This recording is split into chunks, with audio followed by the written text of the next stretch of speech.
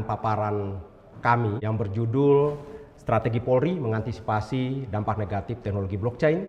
Saya akan mengantar terkait dengan problematika blockchain dengan sebuah cerita supaya mudah dipahami. Pada suatu malam, jam 11, jam 1 malam, tepatnya di akhir tahun 2024, di tanggal 11 November, 300 miliar hilang hanya dalam waktu 14 menit. Tidak ada tembakan, tidak ada pergerakan fisik, yang hanya adalah aliran data yang melompat dari satu blockchain ke blockchain lainnya. Dan itu terjadi serangannya pada plafon kripto domestik, yaitu Indodax, di mana pelakunya ada di negara A, server di negara B, wallet ada di negara C. Dalam hitungan menit, dana mengalir, dibelokkan ke 3 chain, masuk ke mixer, kemudian hilang di virtual asset service provider luar negeri. Pada saat Mutual Legal Assistance Treaty atau MLAT dikirim, aset sudah hilang.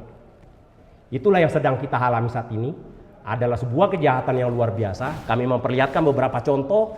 Ada Indodax 300 triliun, kemudian Axie Infinity 8,8 triliun, Indodax 300 miliar tadi. Kemudian ada AFT, ini bukan kripto, 28 miliar. Dan yang paling tinggi adalah bursa Bybit kehilangan 1,5 miliar US dollar atau sekitar 10 triliun lebih. Yang kita hadapi saat ini adalah sebuah kejahatan berdimensi baru, bukan hanya sekedar cybercrime, tapi sudah masuk kepada cyber dependent financial crime, yaitu sebuah kejahatan yang langsung menembus kepada jantung ekonomi. Sehingga tentu Polri harus menjawab dengan sebuah kecepatan yang sama. Sebuah kejahatan yang multi-chain, multi-protokol, tanpa wajah, tanpa batas negara. Tentunya tidak bisa kita hadapi dengan pola-pola lama, dengan situasi yang sangat konvensional. Dari hal tersebut, kami mengidentifikasikan beberapa masalah, yaitu seperti kekurangan SDM, kita tidak punya laboratorium forensik, SOP barang bukti, kerjasama internasional maupun regulasi yang masih terfragmentasi. Dan ini nanti kami akan jelaskan. Rumusan masalah kami adalah bagaimana memperkuat kemampuan Polri dalam penyidikan berbasis blockchain, bagaimana meningkatkan efektivitas kerjasama supaya bisa cepat, dan bagaimana Polri berperan sebagai pembaruan hukum dan ikut dalam harmonisasi regulasi yang ada. Tujuan dan ruang lingkup kami lewatkan, kerangka teori ini sudah umum kami lewatkan, dan untuk studi terdahulu kami sampaikan bahwa sesuai dengan KKNI, sesuai dengan PPKT, bahwa kami harus di atas 50 lebih studi terdahulu yang ada, dan perlu kami sampaikan bahwa gap riset pun sudah kami lakukan di sini, dan kami melihat bahwa penelitian kami ini sangat-sangat komprehensif dan tidak ada yang dilakukan sebelumnya, karena selama ini fokus kepada aset kripto, sedangkan kami melihat sebagai aset yang dapat menembus jantung-jantung ekonomi dan mengganggu stabilitas keuangan negara, dan juga membangun sebuah framework atau blueprint tentang bagaimana Polri seharusnya mengatasi terkait dengan kejahatan-kejahatan blockchain. Pendekatan data, di sini kami ingin memberikan masukan kepada PPKT bahwa pendekatan kami adalah kualitatif strategis, dan perlu kami koreksi terkait dengan mixed method, karena dari yang kami pelajari bahwa EVAS-IVAS tidak bisa dikatakan mixed method sesuai dengan buku dari Creswell, kemudian Sugiono maupun dari Yin, bahwa EVAS-IVAS ditentukan melalui judgment, expert judgment, dan itu adalah penilaian yang masih bersifat kualitatif. Sedangkan untuk kuantitatif perlu ada uji reliabilitas, reliabilitas, kemudian uji inferensial, dan beberapa uji-uji yang bersifat matematis. Sehingga kami tetap menggunakan bahwa ini adalah kualitatif strategis. Proses regulasi kami lakukan untuk memperlihatkan bahwa data kami sahih dan dapat dipertanggungjawabkan, di mana wawancara sudah dikonfirmasi oleh studi dokumen, dikonfirmasi oleh focus group discussion, dikonfirmasi oleh studi dokumen yang ada. Nah, ini sasaran narasumber kami sangat banyak karena arah penelitian yang sangat luas, mulai dari wawancara internal ada di Cyber, TPDexus, Pulaspor, Diftik, SDM, Lemdiklat, Difkum, Difubinter, eksternal juga ada PPATK, ada OJK, Bapepti, Bank Indonesia, Komdigi, Ditjen Pajak, Bea Cukai, Kejaksaan Agung pun kami ada 2 kepada Jampidu maupun Jampisus, ada Kemenlu maupun juga ada BSSN, dan kami juga sudah tampilkan di paparan masing-masing instansi apa yang kami sasar. Selain itu kami juga melakukan wawancara kepada pemilik atau pelaku industri yaitu Indodax, dan benchmarking kami ada 2, yaitu dari Australian Federal Police yang namanya Judy, yang mau menjawab pertanyaan kami sebagai expert dalam hal ini best practice, dan juga dari chain analysis ahli untuk bisa memahami seperti apa yang seharusnya untuk kita lihat, untuk melihat bahwa ini adalah data kami. Ini adalah data kunci, perlu dilihat bahwa yang ada 17 total wawancara, ada 5 case study, ada 1 FGD dan 1 kuesioner. Dan nanti ini akan merumuskan 65 aspek strategis, yang dari 65 itu akan kami turunkan menjadi 20 aspek kunci yang akan nanti masuk ke EVAS-IVAS, melihat dari mana yang paling banyak dibicarakan di dalam wawancara, mana yang paling sesuai dengan rumusan masalah yang ada, dan mana yang paling kuat menjawab. Dan nanti setelah itu baru turun kepada 10 strategi. Nah, kami akan fokuskan kepada bab 4 pembahasan. 20 menit kami akan habiskan di sini. Mohon maaf, ini harus diperhatikan karena membaca tulisan kami tanpa memahami alur metodologi ini pasti akan sulit.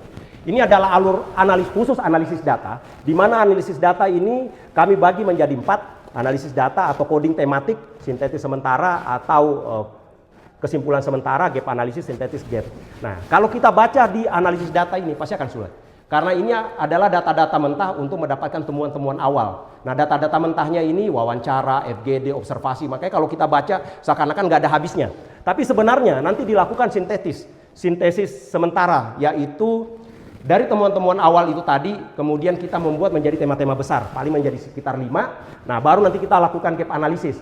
Nah, gap analisis ini kita bandingkan antara mana yang ideal, ya sesuai dengan apa yang disampaikan dari ahli dan AFP, kemudian kondisi faktualnya seperti apa, kemudian kita lihat gapnya seperti apa. Nah, nanti di sini baru nanti sintetis bahwa mana yang paling strategis itu kita ambil sebagai dasar nanti untuk EVAS-IVAS. Kami akan menyampaikan tentu banyak, nah ini penjelasannya kalau ingin dipahami tadi analisa data, sintetis sementara, gap analisis dan sintetis kami sampaikan. Nah, kami mulai dari rumusan masalah, kami langsung kepada temuan utama, yaitu temuan sementara, di mana kita tahu hasilnya untuk khusus rumusan masalah 1 analisa data ini, SDM penyidik blockchain masih yang sangat terbatas, belum ada SOP penanganan barang bukti yang bisa membuat penyidikan tidak terstandar, kemudian belum tersedia laboratorium blockchain forensik, tracing aset digital juga masih mengandalkan tool-tool dasar, dan penanganan BB kripto rawan inkonsistensi. Nah, dari tadi temuan-temuan awal itu kita lakukan gap analisis. Nah, ini kebutuhan idealnya. Polri membutuhkan SOP Perpol Nasional Penanganan Barang Bukti.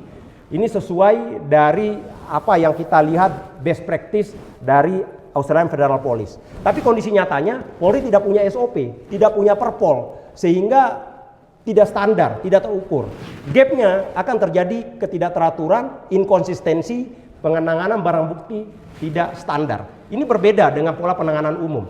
Pada saat kita melakukan sebuah penyitaan, ini menjadi masalah. Pada saat kami wawancara, ada dana yang masih ada di FAS global, di Binance, tidak bisa disita, padahal sudah di freezing, karena dari hakim pada saat meminta penetapan pengadilan untuk penyitaan, mereka meminta 2 hal. 1, disita di mana? Kedua, disita kepada siapa? Sampai saat ini tidak keluar. Itu adalah kasus Indodax. Makanya saya sampaikan tidak sesederhana itu. Belum lagi nyimpannya. Mau nyimpannya di mana? Ini data, bukan barang. Sangat mudah untuk dihack dan harus ada mekanisme khusus untuk nyimpannya. Nah, ini tentu menjadi sebuah persoalan gap. Nah, ini kutipan-kutipan wawancara bisa kami lihatkan bahwa dari Dipkun mengatakan bahwa memang belum ada standar di Polri. Kemudian dari Kompol Ramdhani dari di Cyber juga mengatakan bahwa tracing blockchain masih sangat terbatas dan hanya dikuasai oleh beberapa orang. Di sana waktu kami cek hanya 10 orang dengan level intermediate, belum ada yang advance. Kemudian dari Puslapor, Kombes Romilus mengatakan bahwa di sana belum ada alatnya sama sekali untuk melakukan tracing, kemudian server dan segala macam. Dari channel analisis, Henry Susanto mengatakan bahwa kompleksitas ini membutuhkan standar kompetensi forensik berjenjang, jadi harus ada orang-orang yang memiliki kemampuan dan sertifikasi formal. Judy Goldsmith dari AFP juga mengatakan bahwa untuk mengidentifikasi aliran dana yang telah melewati ruang servis privasi dan plafon keuangan terdesentralisasi. Ini membutuhkan sebuah kemampuan analisa khusus. Ini adalah kutipan wawancara yang ada. Nah, ini ringkasan gap analisis. Kami juga memperlihatkan total ada 11 ringkasan gap analisis, di mana dari 11 ini kami bacakan contohnya aspek keterbatasan SDM ahli forensik blockchain. Kami rangkum gapnya. Polri hanya memiliki sedikit penyidik yang menguasai on-chain analisis. Nah, benchmarkingnya AFP memiliki crypto spesialis unit dengan sertifikasi khusus. Risikonya analis jadi lambat, aset berpindah fast cepat, gagal freezing, hilang barang bukti, reputasi menurun. Implikasinya tentu harus ada pembentukan unit spesialis untuk blockchain. Kurang lebih seperti itu cara membaca secara keseluruhan. Ini ada 11 gap, kemudian dari 11 itu kami turunkan, ada menjadi 17 IFAS. Ini ada 17 IFAS khusus untuk yang pertama, untuk rumusan masalah pertama. Karena nanti total ada 65 IFAS. Ini kami masuk kepada rumusan masalah kedua. Temuan utamanya di mana ini terkait dengan kerjasama luar negeri, bahwa freezing lintas negara sangat lambat karena kita masih tergantung kepada mutual assistance treaty yang masih tradisional, yang membutuhkan proses yang panjang. Hasil wawancara dengan Kemenlu bahwa setelah ke Kemenlu kita harus lagi verifikasi ke Kumham, baru dikirim kepada tujuan, dan itu pun bersifat paper. Sedangkan waktu yang tadi saya sampaikan 14 menit semua sudah hilang. Kemudian Polri belum memiliki crypto focal point, itu adalah pintu masuk untuk kita berkomunikasi dengan dunia luar, karena mereka tidak mau menggunakan Google atau email Google. Dan yang masalah sempat mereka menggunakan email.polri.go.id tapi balik terus. Ini juga menjadi problem. Nah, ini belum ada MOU operasional dengan FAST global seperti Binance, OKX, Coinbase. Tidak ada emergency freezing protokol, di mana kalau kita minta langsung harus dalam waktu detik itu harus langsung di freeze 1x24 jam. Ini juga tidak ada karena kecepatan kripto yang sangat tinggi. Perbedaan rezim hukum, Polri juga sering kalah cepat. Nah, ini gap analisisnya. Kami lihat kebutuhan ideal kita bahwa harus kita memiliki sebuah kerjasama yang responsif, cepat. Kemudian kita harus punya crypto focal point sebagai pintu gerbang berkomunikasi dengan dunia luar, supaya mereka tahu, oh kalau yang minta ini udah pasti benar. Intinya seperti itu. Kondisi nyatanya kita masih bergantung kepada MLAT, ya, Mutual Legal Assistance Treaty. Nah, ini yang sangat lambat. Kemudian kita belum punya focal point Polri dan juga belum ada MOU dengan FAST global. Nah, akhirnya gapnya ya, aset kripto kita kehilangan jejak seperti cerita yang saya sampaikan tadi. 14 menit sudah hilang, MLAT dikirim, aset sudah hilang. Nah, sehingga implikasinya bahwa kita akan kalah terus cepat dengan kecepatan kejahatan yang terjadi. Nah, ini seperti yang disampaikan juga Judy Goldman dari AFP, bahwa sebuah perusahaan aset kripto tidak terdaftar di yurisdiksi tertentu, MLAT biasanya terlalu lambat. Nah, ini juga menyampaikan. Kemudian kejahatan berbasis kripto semakin banyak melibatkan ransomware, kompleksitas sehingga membutuhkan kerjasama operasional cepat. Nah, ini jelas membutuhkan kerjasama operasional yang cepat dan antar negara, sehingga nanti juga menjadi strategi kami. Kombes Fibri juga dari di Hubinter mengatakan bahwa untuk pintu gerbang komunikasi keluar adalah lewat Hubinter, Kementerian Luar Negeri.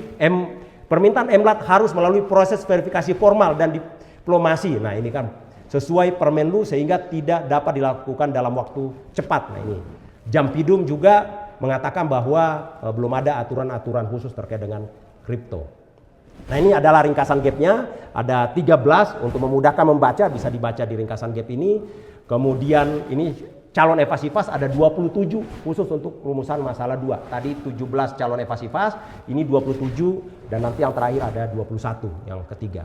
Ini analisa data untuk rumusan masalah 3, di mana temuan utamanya ya, terkait rumusan masalah 3 adalah penguatan pembaruan hukum dan tata kelola nasional, di mana temuan utama regulasi antar KL masih terfragmentasi sehingga terjadi regulatory arbitrage atau celah-celah hukum. Nah, ini contoh celah hukum pada saat perpindahan dari Bapepti ke OJK. Nah, kemudian muncul yang namanya fast atau exchange yang tidak benar, tapi tidak karena Bapepti sudah akan memindahkan OJK jadi tidak terlalu fokus sehingga banyak yang kena tipu di situ oleh exchange-exchange yang tidak benar. Itu permainan-permainan menggunakan regulatory arbitrage. Kemudian Polri juga belum menjadi rule saver atau ikut terlibat dalam penyusunan aturan-aturan terkait dengan penyidikan sehingga terkadang kita kesulitan mencari aturan-aturan untuk masuk. Saya contohkan terkait dengan Worldcoin yang mengambil retina mata masyarakat Indonesia yang ada di Bekasi, tapi kemudian ya diusir begitu aja, tidak diproses hukum. Ya saya tanya kemarin di cyber, aturannya masih belum jelas. Kemudian yang paling parah adalah punya Anang dan Asanti, koin dijual rakpul, juga nggak ada penegakan hukum.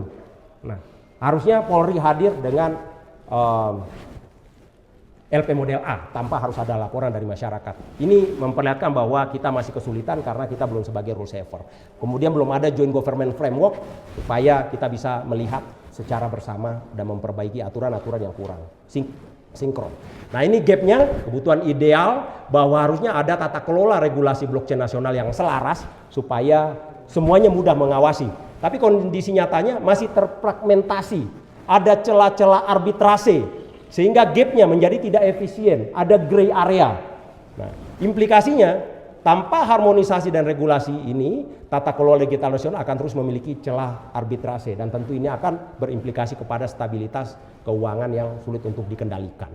Nah ini juga kutipan-kutipan dari Bank Indonesia dan Novi Marianingsi yang menyampaikan bahwa untuk tidak boleh aset kripto ini diperbelanjakan. Kemudian William Susanto juga mengatakan bahwa kami tidak melakukan pemblokiran atau freeze kalau tidak ada permintaan resmi, sedangkan kadang-kadang butuh kecepatan.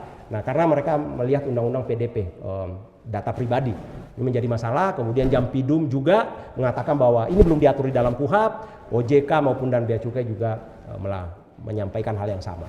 Nah, ini adalah ringkasan gap analisis untuk rumusan masalah ketiga, ada 12, kemudian calon EVAS-IVAS-nya yang setelah kami turunkan ada 21, sehingga totalnya 17, 27, 21, total ada 65. Nah, 65 aspek temuan lapangan yang ini diperoleh dari proses reduksi, proses kategorisasi, pengelompokan tematik, dan cross check antar sumber.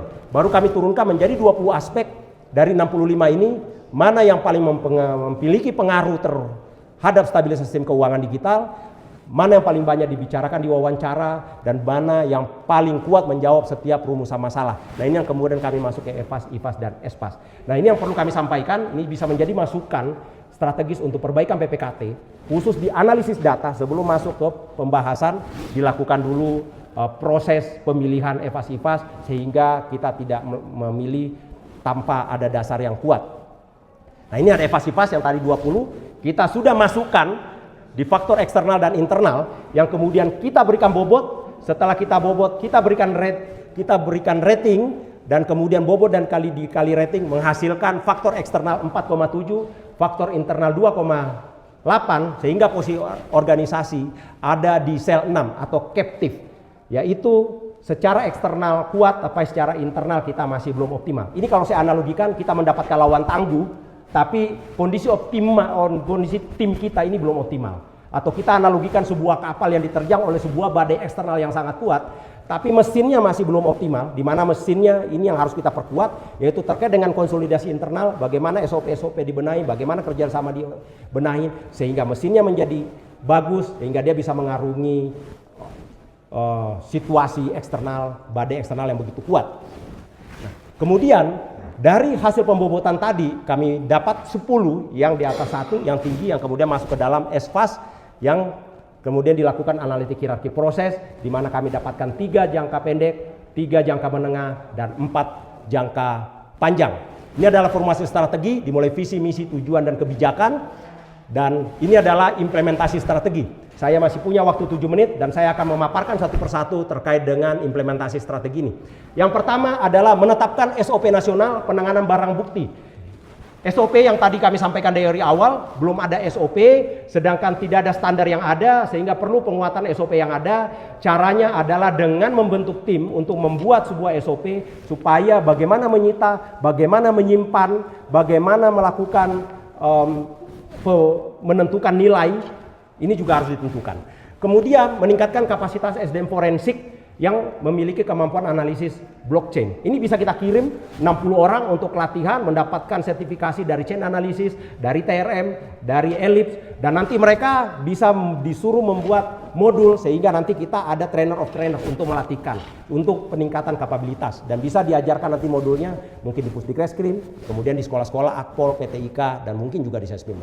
Kemudian menyelaraskan SOP penyidikan Polri dengan regulasi sektor keuangan. Yang saya tadi katakan tadi ini terfragmentasi, sehingga perlunya harus ada duduk bareng, harus ada joint framework bersama untuk menyelesaikan persoalan titik-titik ini. Karena ada grey abu-abu yang banyak dipersoalankan. Termasuk antara BI dengan OJK di sini pun ada titik abu-abu. Mereka bermain di titik abu-abu tersebut. Karena mereka menganggap ini bukan aset keuangan, dianggap itu OJK, tapi di satu sisi mereka bermain di grey tersebut. Kemudian yang jangka pendek ini adalah sebagai pondasi. Makanya kenapa kami jadikan sebagai jangka pendek, karena menjadi pondasi utama yang harus di awal. Kemudian jangka menengah ini adalah mengintegrasikan tata kelola data blockchain, dan kita harus membuat National Crypto Crime Data Hub lintas fungsi, yaitu di mana nanti aplikasi ini di dalamnya ada dashboard tracing. Nah, dashboard tracing ini nanti kita bisa lihat mulai dari aliran dana di awal, aliran dana di akhir, kemudian di tengahnya ini melewati mixer mana, melewati fast mana, melewati itu bisa kita lihat secara bersama. Kemudian juga di dalam ada clustering wallet, karena bisa saja 1000 wallet itu menuju kepada satu pelaku, dan bisa saja mereka transaksinya di antar wallet-wallet mereka saja. Itu bisa dilihat nanti di situ. Makanya perlu ada integrasi data ini. Kemudian yang kelima, ini integrasi data internasional dengan CARF ini, Crypto Asset Reporting Framework. Nah, ini OECD sudah ada. Nah, kita belum bergabung dengan dunia OECD. CRS ini Common Reporting Standard. Nah, Indonesia ini udah ada. Ini bicara aset keuangan, di mana tapi melalui Dirjen Pajak data-data keuangan setiap tahun itu kita bisa akses secara real time. Berapa jumlah dana kita di luar negeri itu bisa dilihat. Tapi untuk CARF kita belum. Tapi Polri belum bisa masuk. Kemudian nomor 6, menegosiasikan mekanisme freezing lintas negara. Ini perlu ada negosiasi karena kita sangat lambat. Kita butuh ada focal point sehingga pada saat kita minta ke Binance untuk melakukan freeze, di freeze dulu tanpa menunggu MLAT atau multi legal assistant treaty ini, karena kecepatan yang sangat luar biasa. Tentu butuh ada MOU dengan Fast Global supaya emerging cooperation ini jalan. Pada saat kita pencet tombol, mereka sudah tahu, mereka freeze dulu. Tapi mereka tentu pasti membutuhkan focal point. Dengan Hubinter, emailnya harus jelas, tidak boleh email Google, itu harus email Polri. Nah, ini juga harus dibenahin. Karena dari di cyber kemarin menyampaikan pada saat menggunakan email polri.go.id, balik lagi, kan seperti itu. Nah, ini adalah jangka panjang, ada 4, membangun laboratorium forensik blockchain, ini penting, yang multi-chain, auditor, smart contract auditor, dan secure core wallet. Ini multi-chain maksudnya kita minimal ada 10 server, ya minimal, ini sangat minimal. Karena satu blockchain itu harus satu server. Blockchain ini sendiri, kemudian Bitcoin sendiri, Ethereum sendiri, Solana sendiri, ini harus sendiri, tidak bisa sendiri-sendiri. Jadi nanti itu menjadi node di mana dia menjadi buku besar atau ledger yang berkumpul di situ sehingga kita bisa tracing. Itu untuk demikian juga untuk smart contract auditor, yaitu bagaimana melihat smart contract ini disusupi sesuatu yang nakal atau tidak di dalamnya. Nah, ini juga perlu. Kemudian secure core wallet. Nah, secure core wallet ini bagaimana supaya secure. Itu. Kemudian mengadaptasi strategi penegakan hukum blockchain.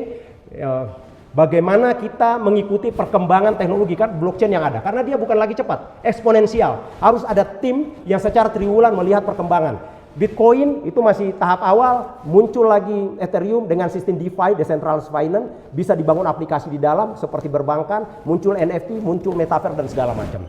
Sehingga butuh ada tim khusus. Kemudian strategi ke-9 menghilangkan celah regulatory arbitrage tadi dengan membentuk framework bersama untuk duduk bersama antar fungsi keuangan dan Polri dalam sisi penyidikannya. Kemudian ke-10 memperkuat peran Polri sebagai rule saver atau ikut terlibat dalam pembuatan regulasi khusus dalam penyidikan supaya tidak ada gray area pada saat kita melakukan penyidikan. Firm, jelas. Nah, ini adalah kesimpulan, kami tidak sampaikan secara total. Kesimpulan ini yang pasti adalah mulai dari fenomena, kemudian dipengaruhi oleh apa, dan solusinya apa. di masing-masing turun 1, 2, dan 3. Dan 1, 2, dan 3 ini menjawab judul terkait dengan pengendalian risiko blockchain sehingga dapat menjaga stabilitas sistem keuangan negara. Jadi dia tidak bisa satu-satu, 3-nya baru dia menjawab P2. Nah, ini adalah rekomendasi kami karena waktu yang singkat, intinya bagaimana memperbaiki supaya lebih bisa berjalan dan operasional. Kami karena harus menyampaikan terkait dengan manajemen risiko. Di mana manajemen risiko ini ada 3 indikator sasaran yang kami ambil, dilakukan proses bisnis, dan setelah dilakukan proses bisnis karena masing-masing peristiwa itu melekat inherent risk yang masih merah sehingga dilakukan treatment seperti membuat SOP sehingga bisa turun ke level kuning, tapi masih belum optimal karena ternyata seperti SOP tadi banyak yang belum tahu, belum paham sehingga butuh dilakukan mitigasi lagi, yaitu dengan cara sosialisasi supaya dari kuning bisa turun menjadi biru. Nah, seperti kami perlihatkan. Nah, ini adalah secara umum seperti itu. Kemudian ini adalah peta risikonya, ya peta risiko dari inherent risk yang masih merah, kemudian berubah menjadi residual risk atau gejala sisa setelah dilakukan treatment masih kuning, kemudian kita lakukan risk acceptive lagi supaya dia menjadi biru. Ya, seperti yang saya sampaikan tadi bahwa sosialisasi dan segala macam. Dan di sini adalah apakah menyentuh root cause, apakah terdokumentasi, dan apakah berkelanjutan, bisa dipahami di situ. Nah, ini adalah gambar-gambar proses pengumpulan data yang kami lakukan supaya bisa dilihat bahwa ini dengan FGD dengan penyidik di cyber kami langsung seperti ini sehingga saya bisa langsung memahami langsung persoalan mereka. Nah, ini juga FGD dengan Pamen Kortas, Ditexus, Tamaop, dan Diptik segala macam. Nah, ini dengan Kasubis 1 dan 2 kami lakukan. Nah, ini dengan Exus di Exus Bareskrim Perbankan dan juga calon Serdik yang satunya. Nah, ini kami tidak bisa masuk ke dalam. Terima kasih. Ini pas selesai karena ini di laboratoriumnya. Demikian paparan kami. Tutup kok, nggak mau. Ini ada demikian paparan kami. Terima kasih. Wassalamualaikum warahmatullahi wabarakatuh.